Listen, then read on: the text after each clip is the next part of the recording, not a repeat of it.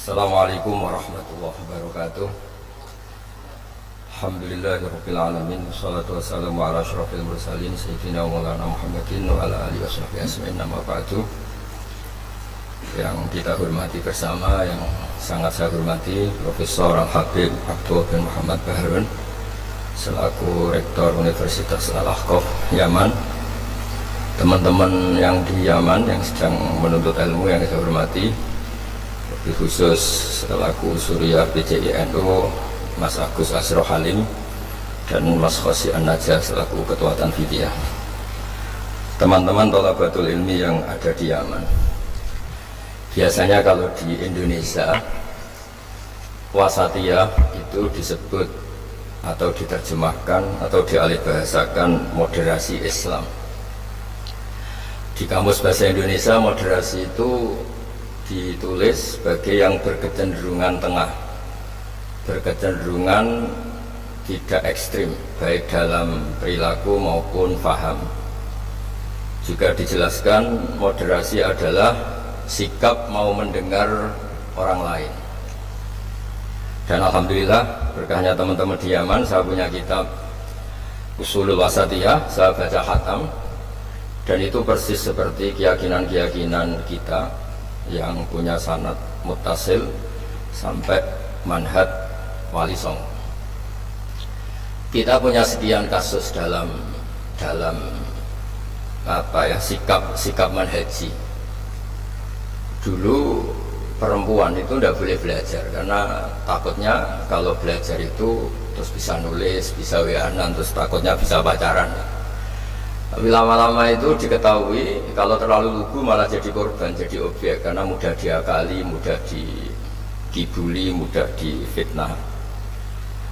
Begitu juga dulu ketika perempuan jadi polisi, itu pertanyaannya itu aktivitas lelaki sehingga perempuan tidak boleh. Tapi setelah mendengar beberapa kasus kriminal, misalnya pengedaran narkoba, itu banyak yang disembunyikan di alat-alat yang khasnya perempuan. Sehingga semenjak dijelaskan polisi kalau itu narkoba disembunyikan di alat perempuan atau alat kelamin, kalau polisinya semua lelaki kayak apa? Sehingga terus mulai tahu pentingnya polisi perempuan. Begitu juga untuk ngecek kasus-kasus pemerkosaan. Itu kalau yang ngecek lelaki kebetulan tidak soleh, bisa tidak karu-karuan, itu kriminalnya semakin banyak. Kedokteran juga gitu, dan seterusnya dan seterusnya. Ini barokahnya mau mendengar. Jadi mendengar itu penting, meskipun pendapat itu kita tidak cocok, tapi kalau mendengar itu penting. Dan awalu hadatin itu ya diperdengarkan. Dulu Rasulullah SAW pertama jadi nabi itu ya memperdengarkan orang. Beliau at-tahaddi bin nubuwah, memaklumatkan diri kalau sekarang beliau itu nabi. Dan barokahnya memperdengarkan itu ada logika nubuwah yang didengar oleh orang-orang kafir. Kemudian sebagian mereka itu Islam. Karena logika yang terbangun sudah ada, mainstream sudah ada. Misalnya kalau problem banyak, resiko banyak, ya Tuhannya harus banyak. Maka pertama Nabi jadi Nabi itu digugat dengan kalimat aja'alal alihata ilaha wahida inna hadza lasyai'un ujab. Masa urusan kita banyak, kemudian Tuhannya satu. Kalau urusan kita banyak, Tuhannya harus banyak. Itu logika mainstream saat itu. Sampai Nabi bikin logika tandingan, yaitu kalau kamu jadi buruh dan majikannya banyak, semuanya minta dilayani, semuanya minta diturutin, Anda yang bingung. Kemudian mereka setuju. Terus Nabi memberi satu pemahaman, Tuhan kamu adalah majikan kamu, Rabbukum sayyidukum. Dan itu kalau banyak, kamu akan bingung karena semuanya punya hak merintah, punya hak negur, terutama punya hak memberi sanksi. Itu yang disebut Dorobawo masalah rojulan fihi syuraka umatasyakisuna wa rojulan salamal lirrojul. Nah, logika-logika permanen ini yang disebut kita nggak boleh ekstrim, karena semua cerita dulu Nabi itu sah ya. Sah itu meskipun itu nggak pilihan, sah mendoakan umatnya kena azab kayak zaman Nabi Nuh, Nabi Soleh, kalau mereka nggak nerima ajarannya. Tapi itu pun setelah mimba jima ja'atumul bayinah, atau sebagian ayat disebut hatta ta'tiyahumul bayinah. Jadi sanksi itu setelah kita memberi penjelasan kebenaran itu terang welo-welo, sejelas-jelas mungkin, logika yang nggak bisa ditolak, itu baru sah kita mengkutuk, baru sah kita menyalahkan. Sehingga semua nabi itu punya kemampuan fatona, kecerdasan yang orang itu nggak bisa ngilang. Dulu misalnya di fikih orang Medina itu abkhosun nas, orang yang paling buruk dalam timbangan, orang yang sering transaksi tidak cash, tidak nakdan. Misalnya beli mangga masih pentil itu sudah dibayari dengan asumsi jadi mangga tua. Itu sudah perilakunya ahli Madinah zaman itu begitu. Terus Nabi datang, ara'aita in mana'allahu at-tamrah fabima astahilu ahadukum ala sahibi.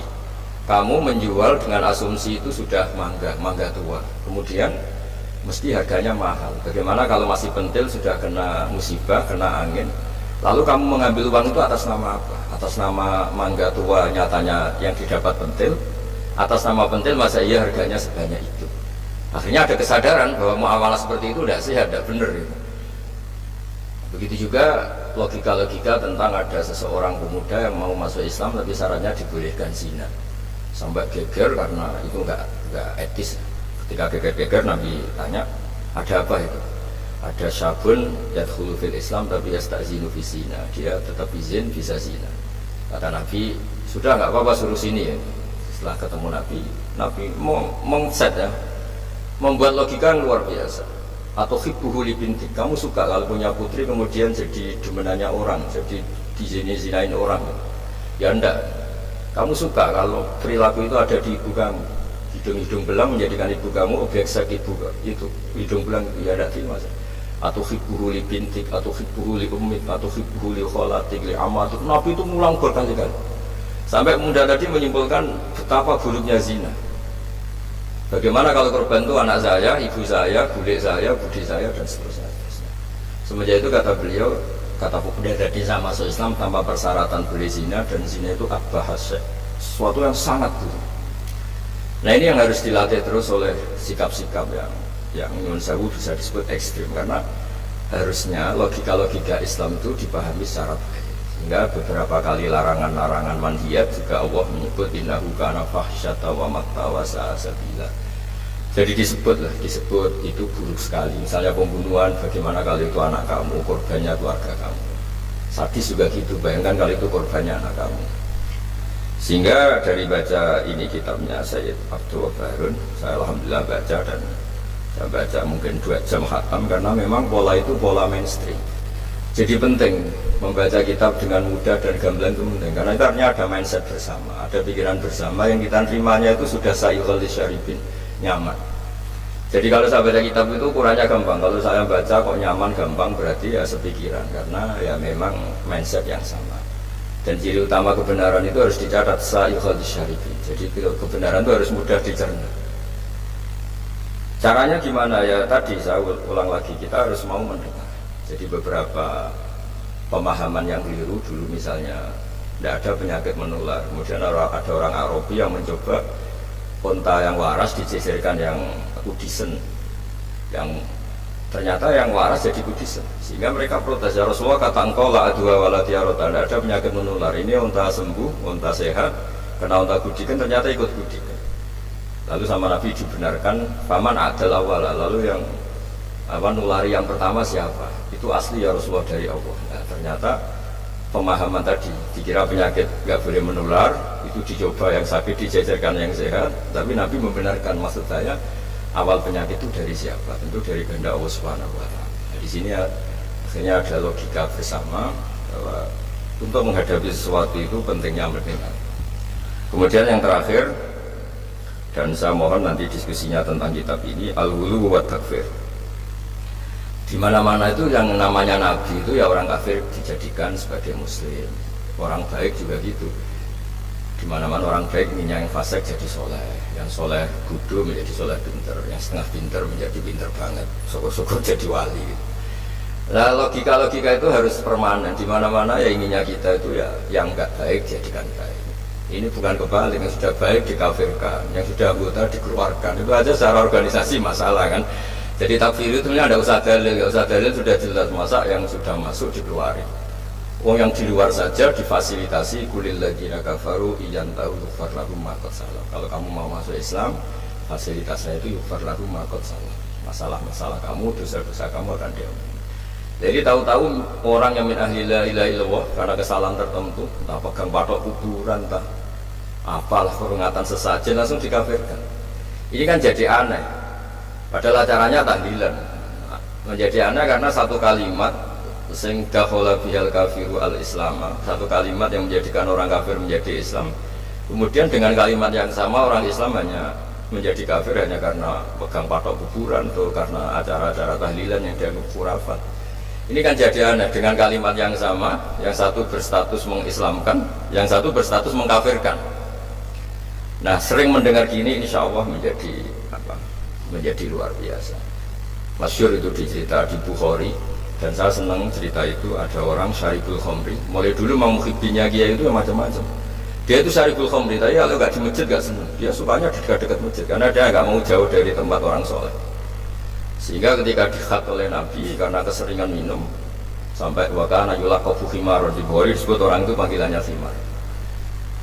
Tapi ketika sahabat mulai melaknati dia, kata Nabi, la tal'anu fa innahu yuhibbu wa rasulah. Kamu jangan melaknati pemuda itu, bagaimanapun dia senang Allah dan Rasul. Itu di bab tobat, di beberapa bab di kitab Ihya dijelaskan, sama sih ingat kalimatnya. Falam yukhrijhu bil maksiyah anil mahabbah. Nabi tidak mengeluarkan orang itu dengan salahnya dia syurbul khamri, tidak dikeluarkan dari status mahabbah. Falam yukhrijhu bil maksiyah anil mahabbah. Karena ya maksiat itu desainer hawa nafsu, dan itu biasanya zallah itu tidak status. Tapi kalau mahabbahnya seorang mukmin pada Rasulullah itu status. Dia tahu Rasulullah itu orang benar, maka dia ingin mahabbah. Ya, karena dia punya nafsu, terus ada zallah. Jadi harus dibedakan mana status, mana zallah. Kita orang Indonesia ya loyal sama Indonesia, kita KTP Indonesia, kartu anggota keluarga ya Indonesia. Tapi jangan juga kalau zallah langsung tidak menjadi warga Indonesia. Kalau ada sanksi ya sanksi aja, tapi jangan sanksi tidak berstatus Indonesia. Sama mukmin juga gitu, kalau salah ya salah saja, tapi jangan terus berstatus tidak apa mukmin dan seterusnya.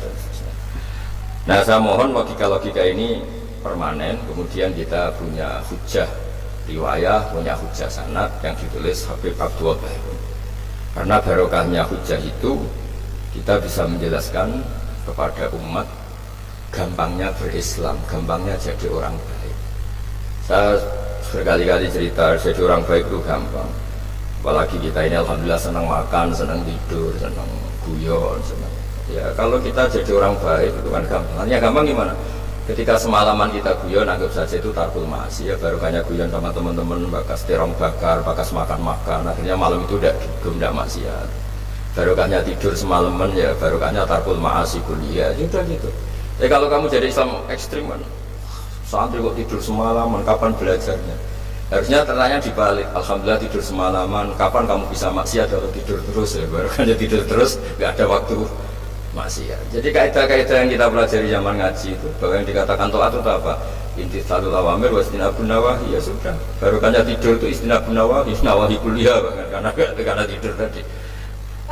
Nah, barokahnya cara pandang yang mudah, sederhana, itmamin mubakhin ila wa tahaqqaqu bihi tarku haramim ma.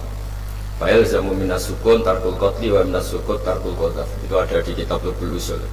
Orang itu kalau melakukan mubah, pasti saat melakukan mubah itu ada tarku haramim ma, akan meninggalkan haram apa saja.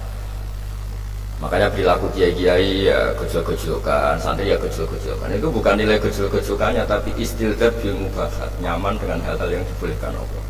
Dan konsekuensi dari itu saat itu juga pasti takul mas.